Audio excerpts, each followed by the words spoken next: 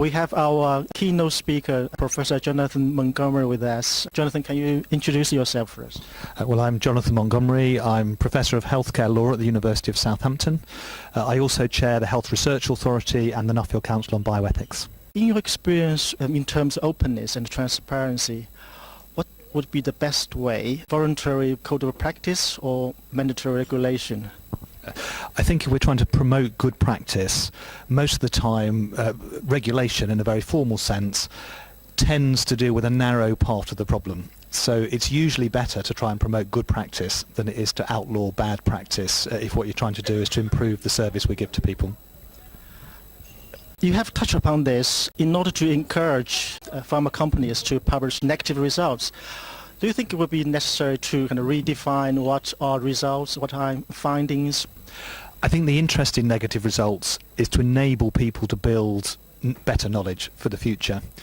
So actually that means that rather than just the result, the product didn't do what we thought it was going to do, we'd want to see more than that. We'd want to see some of the data that lies behind it. That means that actually it isn't so much that it's negative. I think it could be about inconclusive. It could be that actually we didn't get strong enough data to prove what we thought we were going to prove, but somebody else might be able to use this data. So I think it's really hard to say this is just about negative results. I think it's more about, are we maximising the value we can get from the research that's been undertaken? In terms of opening up the trial data, so we got some resistance or reluctance from pharma companies. So one of the concerns they raise in this conference is that once they open their data, they are bound to be misused or even abused by people for whatever reasons, and to generate sensational but wrong headlines. Do you think they have a point? I think there is a point there. I think we need to be clear what the point is.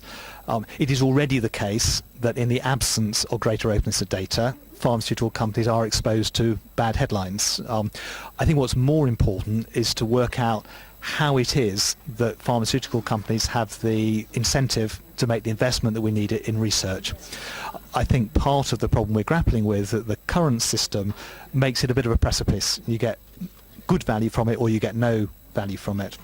I think what we need to create is a model for value creation where it is in the interests of the pharmaceutical companies to make available broader use of the data. So that might be around how some form of licensing the use of the data set gives them a return.